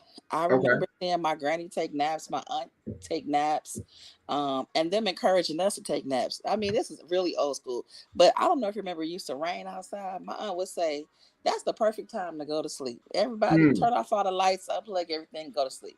Now, we might not go to that extreme, but actually I saw my uncles too. Like they would come home from work and they would rest for a little bit, get up and do some other things. Um, but one of the things that I learned early on is that your body just can't continue to just go. We right. have to learn how to prioritize ways of rest because capitalism, society, um, colonialism, all of it will make you feel like you have to keep going, that you have to be in a constant state of work. And I think that we even perpetuate it with, ideologies like, rise and grind, got to always be moving and working and shaking. It's like, no, actually, there are some times when you could just rest. I think there are a lot of spaces, especially when we talk about those women who do race work. So when I hear you say Ida B. Wells and Ella Baker and Hmm. Fannie Hamer, and actually all the women that you were speaking of, like, they're considered race women doing a lot of work Right. for the benefit of the race. Okay, that work is tough and is exhausting. Right. Um, and so prioritizing rest is going to be important and key because also many of those women have families Right. that they were working towards Yeah. educating and raising, partners that they were supporting. There's a lot, and then not to mention the families, right? So we rarely talk about the families that are being helped and worked with. And then if you are working in a field such as I do, you are doing a lot of other mothering. A lot of Absolutely. That's my dog. She feel like she need to Right. be All on, right. on Right. All camera right. too. Hey, they just want to give a shout out. You know what I mean? That's all that is. You give a shout out. And this is a good point because I remember I had a conversation with my sister about a year ago, my big sister, and she shared with me how she had to realize that hey, I don't need to be killing myself on a job, right? I need to go home and I need to rest. So this is an issue. I even argue when we talk about particularly in terms of the family unit, if sisters who are doing race work or not, there are times I would argue, and this is something I've even done, like, hey, I see you're tired. Go to sleep, take a nap. I'll cook dinner. It may not be as good as you or what you make, right? But Right. you know what I mean? But I can make it up by giving you a massage or something. You know what I mean? But so I think that that's a situation where we talk about our duality and working together in tandem rather being in competition with each other. I think is very important as well because I always make the argument that if we're not going together, we're not going to get anywhere. I wholeheartedly agree. And one of the pieces of advice that I often give people who are women who are entering this work is, and actually I give it to everybody, um, but of course I especially give it to women. Listen, partner with someone who is a partner. because you want that. You want that person that's going to help you prioritize rest, especially if you are in some sort of a leadership position or something that is going to require a little bit more of you. Find someone that's going to help you prioritize rest. So no, the food might not be as good, but is it food? Right. Did they do it right? Are they helping you to actualize your best self? That is going to be key and important. And I think the sister says, we have to be selfish, and actually I don't think that that's being selfish. Honestly, when we prioritize self, um you know absolutely. I mean, one of the best books that I have read is Rest is Resistance. Yeah, Recently, I I'm ain't gonna looking say it up now. ever, but Rest is Resistance. The author's name is escaping me right at the moment, but that is Trisha Hersey. yes, yes, Trisha. I think it's Hersey or it's Hearsey, one of those. Um, As long as it's not heresy, right? it's not right. It's a Oh, great. my It's little not only do doctoral you have the humor there, book, right? But but we're there's also cornballs, right? cards. You can grab some. She has some cards, and you can pull a card, and it has like a thought about how you can find rest for yourself in that day. I'm a huge proponent of that book. I think she got another book coming out. At the end of the year. I've even toyed with the idea because I don't know. Maybe I had a different upbringing, but as a kid, we were in like preschool and kindergarten. We had nap time. Yeah, no, You I know, had nap time in preschool and kindergarten. I and did. I thought about doing that for like in a college student setting, because at the end of the day, like I have students that like sleep all over my space and that type of thing. Mhm. And I'm like, what if we like made it a way for them to like have just a couple of times where they could just bring their sleeping bag in or whatever, what have you, and they can come in and just take a nap and Yeah. learn how to regenerate the body. Sleep has amazing impacts on the body. I mean, Yes. Yes. I know you real healthy. Yeah, So yeah. I can recall even when I was in the military. One of the things that the joke was when you are a soldier, you learn how to sleep anywhere. Mm, So I mean, there were people sleeping on hardwood floors in the day room, knocked out. I'm talking about deep see, REM sleep. Like, hey, we're gonna make it listen. happen. I, and I wasn't in the military, but I often am quoted as saying, listen, I can go to sleep anywhere. I can take a nap anywhere. It doesn't make me a never mind, because Mhm. I understand that if I don't get rest, I can't continue. Mhm. You And your know, body will literally just shut down at some point. It it would shut will. down on you. It And will. I don't mean to cut you off, but No, no, good. this is probably 16, 17 years ago when I first started. I was going to a community college and I was working like a split shift. It was like half third shift, half first shift. I would go in at like 4 in the morning, get off at like noon. Then I would go to class. And I remember it was around Thanksgiving. I called a holiday hell day, but that's a conversation for another day.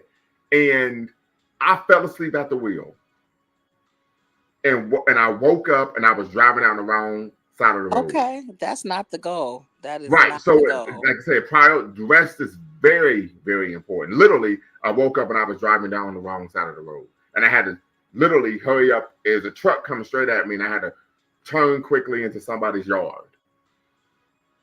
Oh. Well, Yeah. see, that was a lesson though. Yeah. You won't do that again. Absolutely. Absolutely not. And I think that there are two ways that the body tells us that we need rest, and that is us falling asleep, but it's also health and diseases. Those are a couple Mm, ways. okay. Yes. So we have to be really mindful of the ways in which we treat our bodies, Hmm. especially, Africana women. And listen, we're gonna talk about it for the men, of course, obviously next month. I'm sure you are. Right. Right. I'm gonna But do a show next month. We're talking about women. We're talking about sisters right now. yeah, I'm like, I think that, you Yeah, because know, I mean, we're gonna do this when I talk about it with man. We're gonna talk about this concept of John Henryism, right? ooh, This that's concept gonna of be John good. Henryism. Where does this come from? We know John Henry, the folk hero, but and what are long the short term and of course long term side effects, benefits and side effects of John Henryism? And we know one is that you work yourself to death. So, Mm, um, I I think that for Africana women, one of the things that I would also love to see is how we pass this lesson down to our daughters and our neighbors and the women around us, because messaging is so important. That's what I wrote. That was my dissertation topic, about how Black women receive messages and how those messages push them to be internally motivated toward Mm, things. And so if we're pushing messages that center rest, care for the community, care for ourselves, mind, body, and soul, as well as care for our loved ones, and our loved ones being African people, then that's what's going to permeate, right? But honestly, that's not what's been the teaching of these moments. And so if we could get back to a space where we can teach that, and I'm hoping that in our messaging, when we as we are teaching, that we are actually changing um how the next generations are thinking about themselves, their place in the world, and really who they are as women, and what their contribution will be ultimately.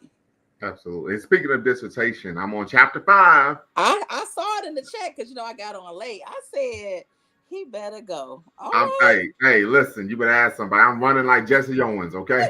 Listen. Literally though. But I think Mhm. what you mentioned in terms of the messaging, I think that is great, and particularly in terms of passing it on to the next generation. We talk a lot about, oh, I want to give the children of next generation what I didn't have. What about giving them what we did have? No, that's a great no. I mean, absolutely. I listen. Any student, that anybody's child, and I have no problem with helping other people's children. You're going to get some of these lessons. Absolutely. I was raised with a grandmother who was, very much in my life, and other women, and I believe that that's how we pass down. We have a strong oral tradition in the African community, and so passing down these things, absolutely. Even the stuff I didn't learn, I know it now. I'm passing it down. I'm very intentional in terms of like asking questions. I believe we should ask questions of our elders so Hmm. that they can tell us what they Yeah, know. yeah, Tell absolutely. me what you know. And sometimes I just love to get a group of women together and say, just tell me tell me something about something. Tell me something good, right? So Something good. let me ask you this, and I'm gonna put you on the spot here, but I'm asking this question because I'm quite sure you know the answer, and of course this can actually be beneficial to the viewers. Can you share the difference between other mothering, excuse me, and mammying? Ooh. Come on now, come Ooh. on now, come on now, come on now. So now I'm gonna tell you that I think that there's a great debate in what the difference is. And so in some circles you will have people that really say that it is one and the same. Mm, Now I will argue that there are some differences. Because if we think about, the history of African people, we've always been other mother. Because if mm, we believe in a village mentality, like is your child, but it is to be raised by the community raises this person, and it's not just you. And so if we take that perspective, And then if I could just interject very yeah, come quickly, on. because I just want to know that let the audience know what D Nice is saying is not hyperbole. If you go read the Constitution of the Malayan Empire, it mentions that in there about this concept of the community raising children, Mm, right? And we know this is actually seen as a charter for human rights, right? Not only in terms of how a nation state treats its citizens,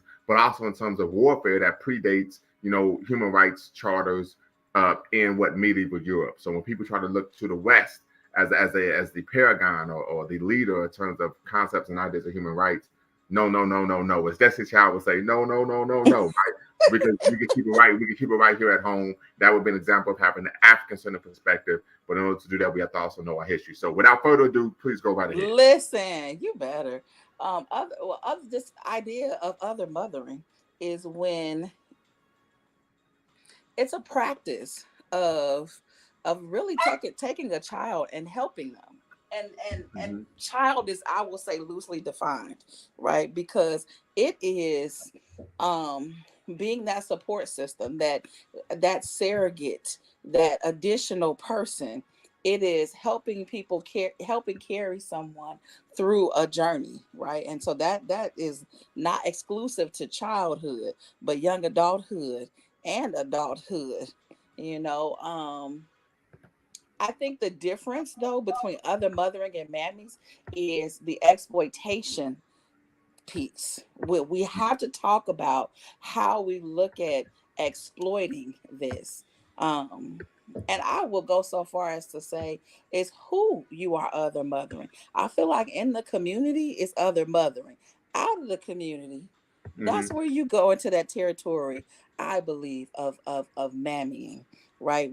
And we know this, right? So we know this from times of slavery when Black women were raising white children and Right. children from other, yeah, that mammying. Yeah. And really the idea of a mammy is a exploitative caricature of Black women. Good point. That's a good point. Very good point. And yeah, yeah, great point. Great point. Did I answer your question? Yes. Yeah, and I think this is important. We even find this in the industry that we work in. We won't name the industry, Yes, but yes, yes. where this is concept, and even oftentimes there's a cultural expectation that Black women engage in mamming, right? Correct.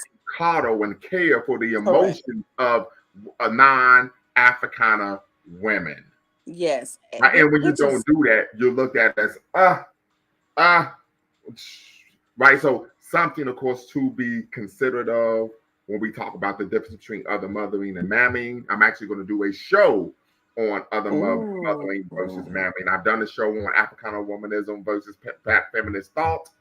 And so we're going to do a show probably about a week or two on other mothering versus mamming. Before we close out, because I promised we was only going to go about another 15 minutes. okay, cool. Um, what sisters in the struggle in honor of Africana Women's Mother's Day would you want to highlight and speak on Oh, this evening? that's crazy. Yeah, I mean, this Um, what we do out here now. I'm Yeah. a fan of Anna Julian Cooper. Anna Julia Cooper. Okay. Yeah, Yeah, once again, I have a picture of her on my wall, and I didn't even mention her. Lord have mercy. Woo. Anna Julian Yes. Cooper. Anna J. Yeah, Cooper, voice from the South. Let's get it.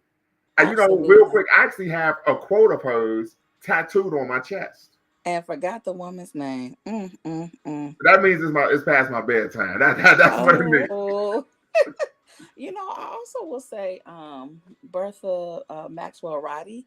I Okay. don't know if you've heard of her or know who she is. No, I But haven't. when we talk about NCBS, the National Council for Black Studies, one of Hmm. the organizers of that organization way back to say, hey, we need to solidify this field and we need to do it in a way that shows our academic underpinnings. Hmm. And so she just recently passed away. So she's another one that I'm like, But I will have to say also my grandmother, Okay. she lived to be 101 years old. And so Ooh. through her, I saw so many things and learned so many things. I did a lifespan interview, and I suggest all people, if you have an elder, do a lifespan interview and ask them about their life so that you can get the lessons before they're not here to give them. Right. Um, yeah. Very good. Very good. Okay, Very cool. good. Thank you for Shout having out to me. And me. I gotta. I might have to do like 1,000 push-ups tomorrow. I can't believe I forgot Anna Julia Cooper of all people. And I got a book sitting right over here. Got the tattoo on my chest, and I Oh, picture sitting right. I'm sorry. I'm looking at the picture. I'm sorry. I'm sorry. wow. Well, let me give you one more resource because, especially as you go into that discussion about other mothering and mammies, but the characterizations, the different stereotypes, the sisters are all right by Tamara Winfrey Harris. You said sisters are all right. The sisters are all right. She wrote and I think she has two books and one more coming out, but the first two are all about the stereotypes, and it talks in depth about that mammy stereotype. So Right. The for sisters are all right. conversation. Changing the broken narrative of Black women in America. That's right. Ooh, look at me. I, Yes. I ain't gonna say, but she based in Indiana. I'm not gonna say it, but I'm gonna say it. She's Okay, a yeah, bad sister. I So ain't mad at it because I'm big on that. You know, part of it because I have a daughter, right? So I'm like, we cannot allow these type of narratives to take precedent. Of course, in our community. Let me see what Mr. Sandman has to say. Women usually have higher emotional intelligence than men. Emotional intelligence is critical for leadership roles. That's what makes mothering so vital. Is a kid's upbringing. Yeah, I don't know if women have a higher emotional intelligence than men. I don't I know was what to about to say I don't know about that. say. I recently had a conversation with a philosophy doctoral student, Mm, go right ahead. Oh yeah, that's right. You, and you muted just because of the dog. Okay. because she was out here acting, she's like she's needing some other mothering. And in that conversation, one of the things that he said, I'm going to circle back and have a deeper conversation with him about it, was that, you know, actually men have high amounts of emotional intelligence. You know, I think his stance was that we have to look at the positioning that society has really tried to take that away and reposition that or redefine it. And the truth of the matter is that I think that both have a level of emotional intelligence that they need to be the leaders that they need to be, Right. if that makes sense. Absolutely. Hmm. Absolutely. So if you look at one Fannie Lou Hamer, right, and you juxtapose that to what Kwame Ture, also known as Stokely Carmichael, right? Neither one of them would have been able to accomplish what they did if they didn't have a level of emotional intelligence. No, I definitely agree. I don't believe that you're able to navigate race work without emotional Right. intelligence. Absolutely. Yeah. Yeah. You won't be able to. You won't be able to. I mean, yeah. I agree. I would agree 100%. 100%. 100%. I might have to do a show on what is a race man, what is a race man and a race woman, right? Because I know for a lot of people they kind of get those things misconstrued. But definitely appreciate you tapping in, fam. Tapping in, D nice. Until next time, family, y'all know what to do. Signing off here from Lumumba Speaks. Make sure you always bet on black. Peace. And I appreciate